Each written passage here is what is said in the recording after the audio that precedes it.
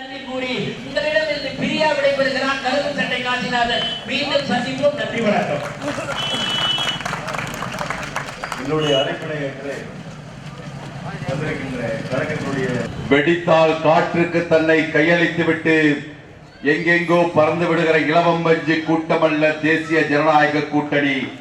வெடித்தால் வெடித்த இடத்திலே விழுந்து முளைக்கும் மாமலக்கு வித்துக்கள் என்பதை நிரூபணம் செய்கின்ற வகையில் 8 திசையும் கொட்டி முழங்குகின்ற தேசிய ஜனநாயக கூட்டணியின் சார்பாக நடைபெறுகின்ற பிரச்சார நிகழ்ச்சியினுடைய தலைவர், மஞ்சள் குளிப்பதல்ல மகளிர் குலம், பட்டங்கள் ஆள்வதும் சட்டங்கள் செய்வதும் பாரில் எட்டும் அறிவினில் ஆணுக்கு இங்கே பெண் இளைப்பிள்ளை என்பதை காட்டுகின்ற வகையிலே பம்பரமும் சுற்றும் மாம்பழமும் இனிக்கும் தாமரையும் வளரும், கடைசியில் சௌந்தரபாண்டியன் அவர்கள் வெற்றி முரசு கொட்டுவார் என்கின்ற நம்பிக்கையோடு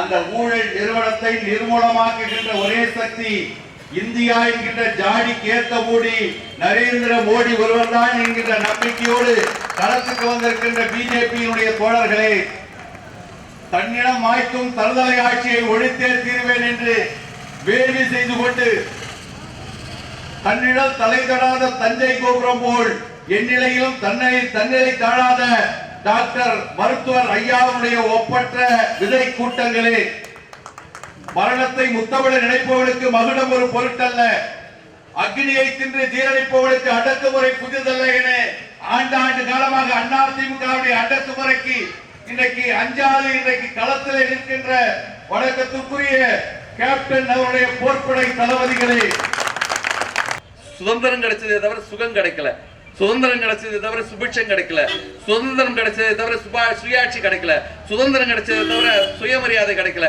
அவமரியாதை ஒண்ணுதான் கிடைச்சது. ஆக அந்த நிலைமையில இன்னைக்கு வந்து இந்திய ஜனநாயகம் இன்னைக்கு கேள்விக்குறியாக்கப்பட்டிருக்கின்ற ஒரு இக்கட்டான சூழ்நிலையிலே தான் இன்னைக்கு ஒரே மாற்று மருந்து இன்னைக்கு நரேந்திர மோடி அவர்கள் தான் நம்முடைய வெற்றி வேட்பாளர். ஒரு தொழிற்சங்க தலைவர் அவர் இன்றைக்கு இந்த வடசென்னை பகுதியிலே இருக்கின்ற ஒரு தொழிற்சாலைகளிலே ஒரு சாதாரண தொழிலாளியாக இருந்து ஒரு தொழிற்சங்க தலைவராக இருக்கக்கூடியவர். இன்னும் சொல்ல வேண்டும் என்று சொன்னால், எப்பொழுதும் பூக்கும் புன்னகையோடு, புதுமை சிந்தனையோடு, வாக்கிலே உண்மையோடு, வாழ்விலே எளிமையோடு, அறிவிலே முதிர்ச்சியோடு, அமைதியிலே குளிர்ச்சியோடு இருக்கின்ற முரசு சின்னத்திலே இருக்கின்ற அண்ணன் சௌந்தரபாண்டியன் அவர்களை வெற்றி முரசு கொட்ட நீங்கள் வழிவகுக்க வேண்டும் என்று சொல்லி அந்த வாய்ப்புக்கு நன்றி கூறி அமைகிறேன். நன்றி, வணக்கம். தமிழகத்திலே இருக்கின்ற தமிழிலே இருக்கின்ற அத்துணை எழுத்துக்களையும் போட்டு பார்த்தாலும் கூட விடை தெரியாத அளவிற்கு புகழின் உச்சியிலே இருக்கின்ற அண்டை நாடுகள் எல்லாம் பார்த்து பயப்படுகின்ற, பார்த்து நடுகின்ற அளவிற்கு ஒரு தனி மனிதனாக திகழ்ந்து கொண்டிருக்கின்ற மரியாதைக்குரிய ஐயா மோடி அவர்களை வணங்கி,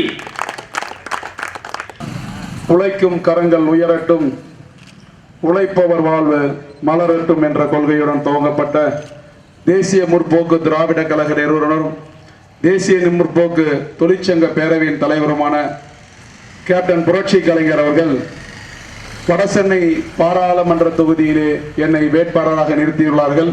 முதலில் கேப்டன் புரட்சி கலைஞர் அவர்களுக்கு என்னுடைய நன்றியை தெரிவித்துக் கொள்கிறேன். ஒன்றுபடுவோம், ஊழலை ஒழிப்போம். ஊழலை ஒழித்தால் இந்தியா வல்லரசாகும். ஆதலால் அனைவரும் ஒன்றுபட்டு ஊழலை ஒழிப்போம் என்று கூறிக்கொண்டு பாரத பிரதமராக நரேந்திர மோடி அவர்கள் வருவதற்கு வடசென்னையிலே நமக்கு ஒதுக்கப்பட்ட சின்னமான முரசு சின்னத்திலே வாக்களித்து வஞ்சிக்கப்பட்ட வடசென்னையை வளமான சென்னையாக, தமிழகத்தில் முதலாவதான சென்னையாக, இந்தியாவிலே ஒரு சிறப்பான ஒரு சென்னையாக வட சென்னையை மாற்றி காட்டுவேன் என்று கூறி ஒன்றுபடுவோம், ஊழலை ஒழிப்போம், ஒன்றுபடுவோம், வென்று காட்டுவோம் என்று கூறி வாக்கு நன்றி கூறி விடைபெறுகிறேன். நன்றி, வணக்கம். சௌந்தரபாண்டியன் அவர்களுக்கு பாரதிய ஜனதா கட்சி தலைவர் பாஸ்கர் அவர்கள் கைத்தறி அணிவிக்கிறார். இளைஞரணி தலைவர் லட்சுமிகாந்தன் அவர்கள் சௌந்தரபாண்டியன் அவர்கள் கைத்தறி அணிவிக்கிறார். அடுத்ததாக பாரதிய ஜனதா கட்சியின் துணைத் தலைவர் ஆனந்தன் அவர்கள் கைத்தறி அணிவிக்கிறார்.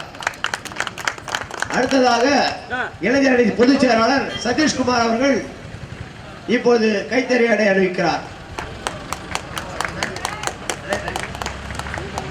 இப்போது ஆனந்த் அவர்கள் நன்றி உரை சொல்வார்கள்.